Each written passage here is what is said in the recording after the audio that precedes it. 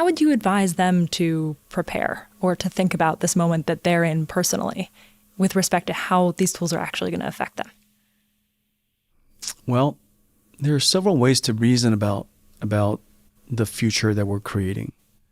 One way to reason about it is suppose the work that you do continues to be important, but the effort by which you do it went from being a week long to almost instantaneous.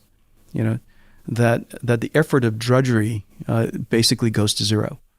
What is the implication of that?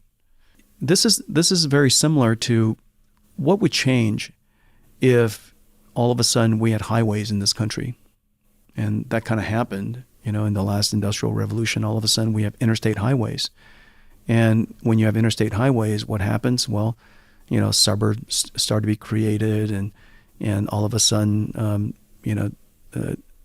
distribution of goods from east to west is no longer a concern, and all of a sudden gas stations start cropping up on highways, and fast food restaurants show up, and so motels show up because people traveling across the state, across the country, just wanted to stay somewhere for a few hours or overnight, and so all of a sudden new economies and new capabilities, new economies. What would happen if video conference made it possible for us to see each other without having to travel anymore? That all of a sudden it's actually okay to work further away from home and from work and live further away, and so you ask yourself kind of these questions. What would happen if I have a software programmer with me all the time, and whatever it is I can dream up, the software programmer could write for me? What would that do? What would happen if I just had a seed of an idea and I rough it out, and all of a sudden a prototype of a production was put in front of me, and how would that change my life, and how would that change my opportunity, and what does it free me to be able to do, and so on and so forth. And so I think that the next decade, intelligence, not for everything, but for some things, would basically become superhuman. And so I can tell you exactly what that feels like. I'm surrounded by superhuman people, super intelligence from my perspective, because they're the best in the world at what they do. And they do what they do way better than I can do it. And I'm surrounded by thousands of them. And yet, it never one day caused me to think all of a sudden I'm no longer necessary.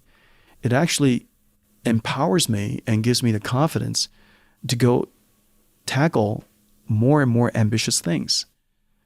And so suppose now everybody is surrounded by these super AIs that are very good at specific things, or good at some of the things. What would that make you feel? Well, it's going to empower you. It's going to make you feel confident. And I'm pretty sure you probably use ChatGPT and AI, and I feel more empowered today, more confident to learn something today. The knowledge of almost any particular field, the barriers to that understanding it has been reduced. I have a personal tutor with me all of the time, and so I think that feeling should be universal. And if there's one thing that I would encourage everybody to do, is to go get yourself an AI tutor right away. And that AI tutor could, of course, just teach you things, anything you like, help you program, help you write, help you analyze, help you think, help you reason.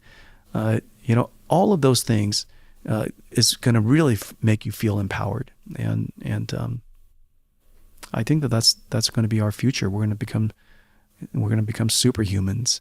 We're going to become superhumans because we have super AIs.